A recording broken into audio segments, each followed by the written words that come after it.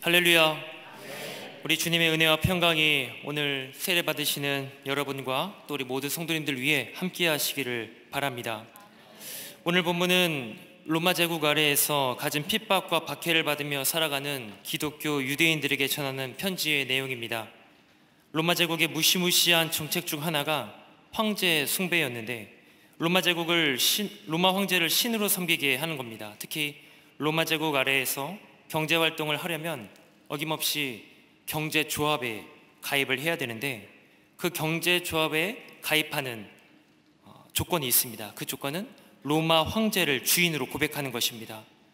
세상 사람들은 아무렇지도 않게 로마 황제를 주인으로 고백하면서 조합에 가입할지 모르겠지만 누구만큼만은 이 조합에 가입할 수가 없습니다. 바로 기독교인들, 기독교 유대인들이죠.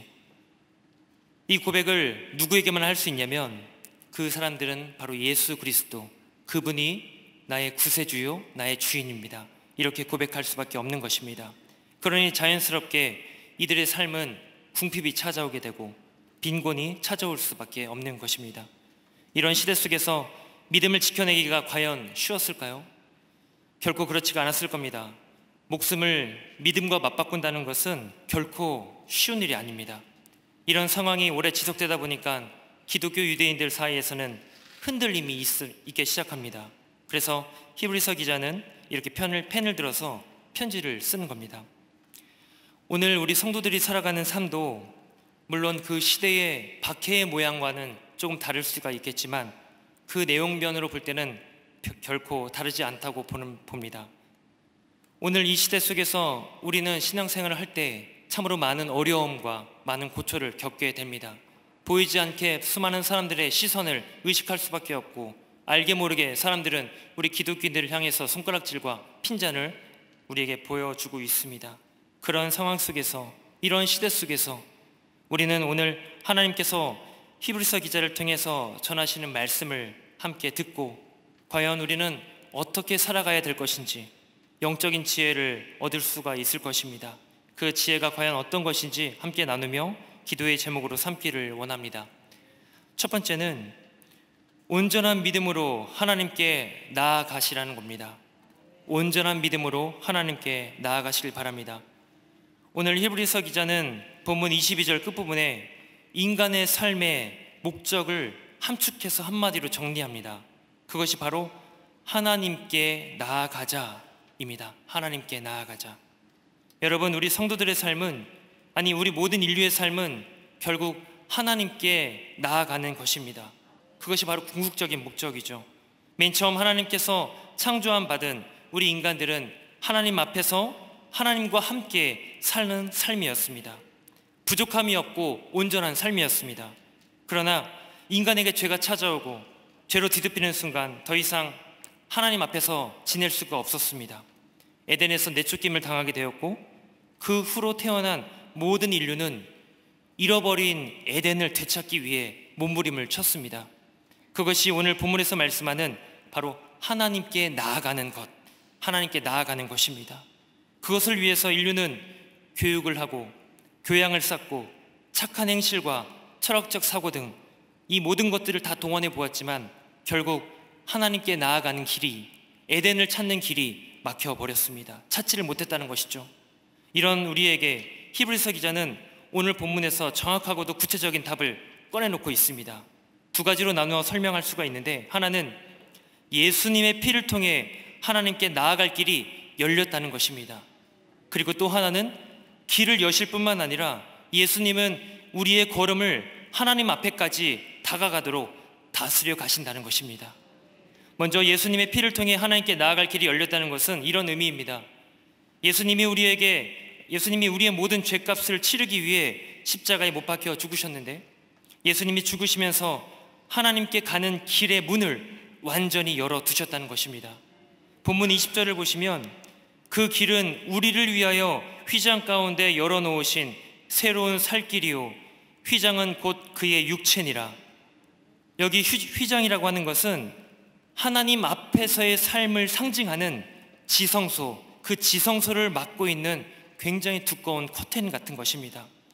구약의 제사장들은 1년에 한 번만 지성소에 들어갈 수가 있었는데 들어가려면 어김없이 제물의 피를 가지고 이 두꺼운 휘장을 통과해서 그것을 열고 들어가야만 했습니다.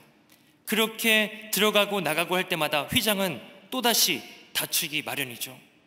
그런데 오늘 본문은 예수님의 육체를 휘장이라고 설명하면서 예수님께서 십자가에서 자기 육체가 찢겨져 죽임을 당했을 때 그렇게 두껍고 굳게 닫혀있던 휘장을 열어두셨다라고 합니다.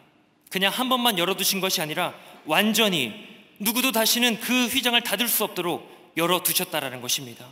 그래서 누구든지 예수님이 나를 대신해서 피 흘려 죽으셨음을 믿고 입으로 고백하는 사람은 그렇게 완전히 열어두신 길에 설 수가 있다라는 것입니다. 여러분, 이 사실을 먼저 믿고 입으로 고백함으로써 예수님이 열어두신 그 길 위에 세워지시기를 바랍니다. 그 길이 바로 새로운 살 길인 줄 믿으시기를 바랍니다. 또 한 가지, 예수님이 우리의 걸음을 하나님 앞에까지 다가가도록 다스리신다는 것입니다. 본문 21절을 보시면 또 하나님의 집 다스리는 큰 제사장이 계시다 라고 말씀합니다.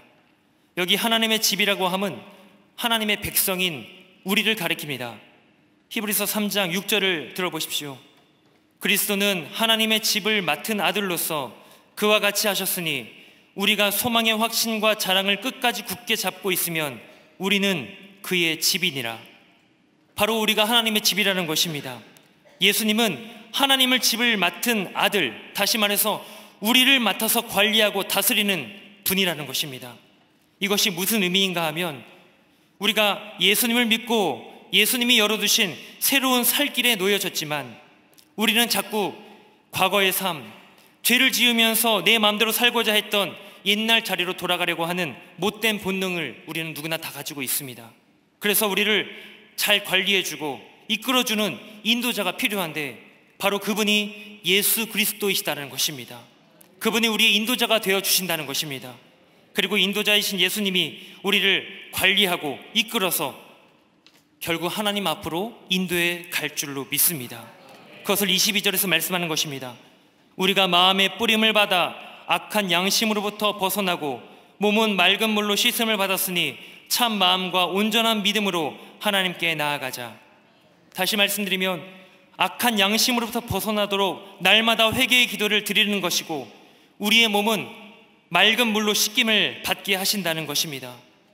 예수님이 오늘 세례 예식에 참여하는 여러분들을 이제 이렇게 관리하고 이끌어 가실 줄을 믿으시기를 바랍니다.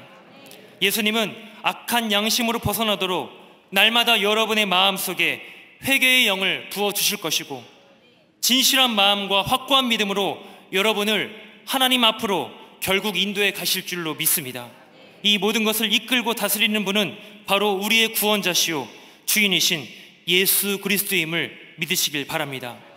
두 번째는 믿는 도리의 소망을 굳게 잡으라는 것입니다.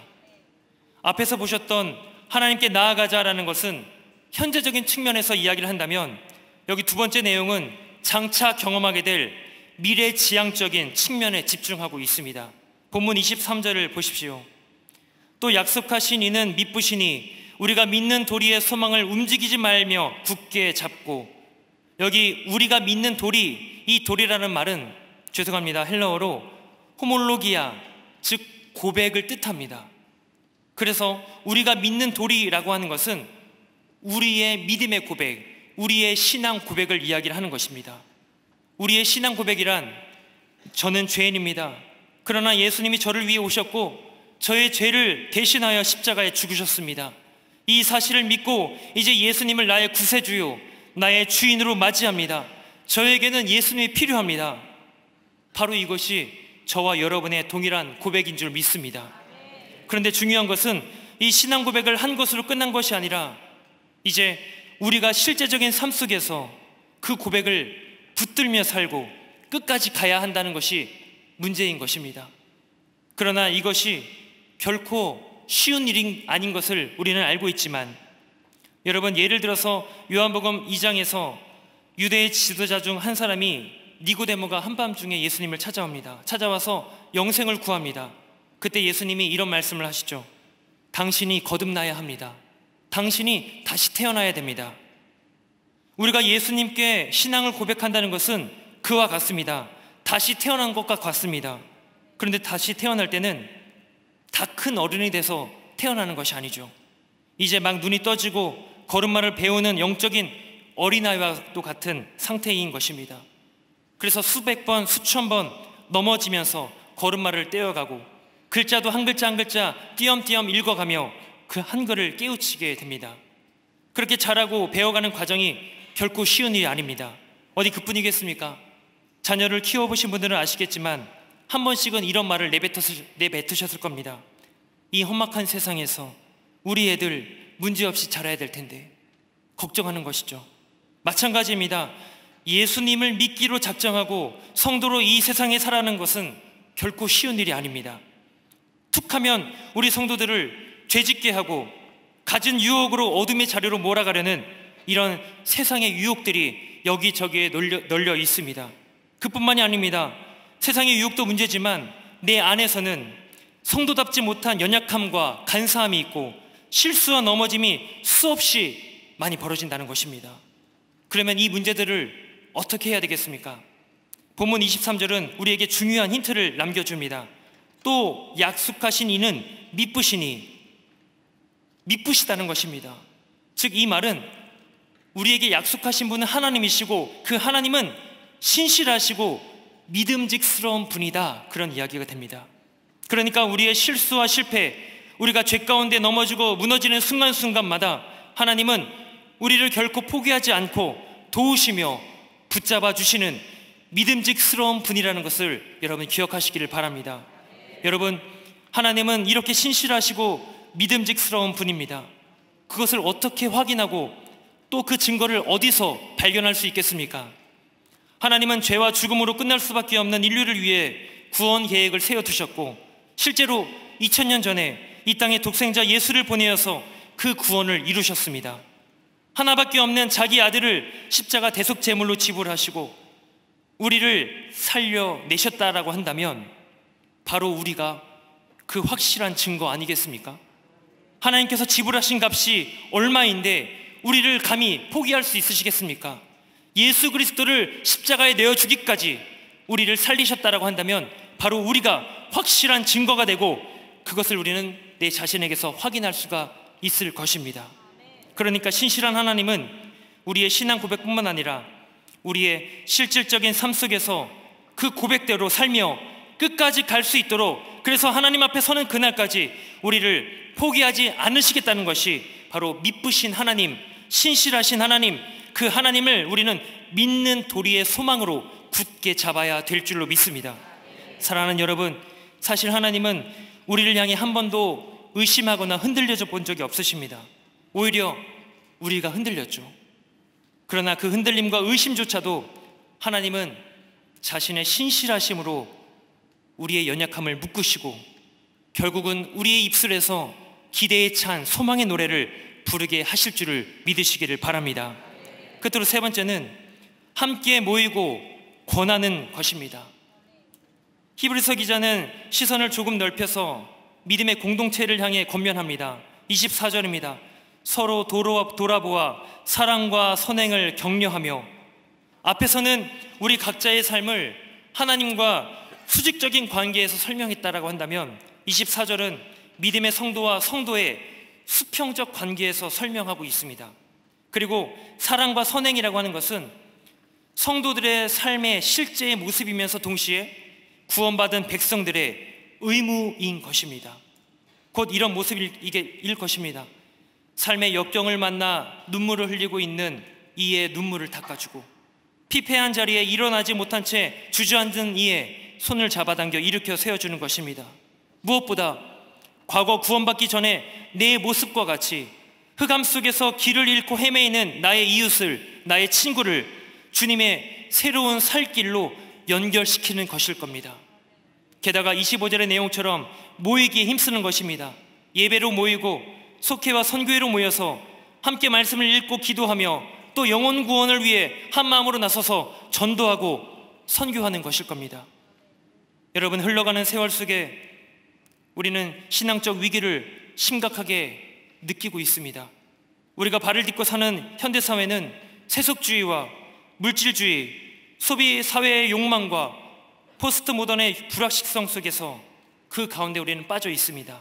그런데 여러분, 이런 위기는 모양만 달랐지 시대마다 있어 왔습니다.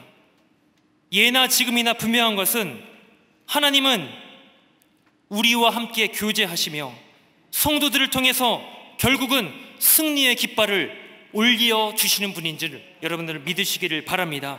초대교회가 그래왔고 중세시대가 그래왔고 마찬가지로 오늘 우리가 사는 이 시대도 당연히 그럴 것입니다. 모이기를 피하는 어떤 사람들과의 습관과 같이 하지 마시고 주님의 날이 가까이 왔음을 바라보며 서로 권면하고 전파하고 선교하는 광림의 모든 권속들이 되시기를 주님의 이름으로 축원합니다. 기도하시겠습니다. 은혜로우신 하나님 아버지, 이른 새벽부터 저녁까지 우리의 걸음을 인도하시어 하나님께 예배하고 찬양하며 봉사하며 헌신하게 하심에 감사드립니다. 우리의 모든 걸음이 나의 의를 위한 걸음이 아니오 주님의 나라와 그 의를 위한 걸음 되게 하여 주시옵소서. 하나님의 신실하신 그 사랑과 은혜를 덧입어 구원받게 하시고 예수 그리스도께서 열어두신 새로운 살길로 걷게 하심에 감사합니다. 우리 신앙의 고백과 같이 주님을 향해 올곧게 걸어나가고 싶지만 세상의 유혹과 우리의 연약함으로 흔들리는 걸음을 불쌍히 여겨 주옵시고 하나님의 열심과 성실하심이 우리의 걸음을 견고하게 붙잡아 주시옵소서. 주님의 날이 가까이 올수록 더욱 모이게 힘쓰게 하시며 생명을 살리며 영혼을 주님께로 인도하는 사명 온전 감당하는 저희가 되게 하여 주시옵소서. 예수 그리스도 이름으로 기도하옵나이다. 아멘.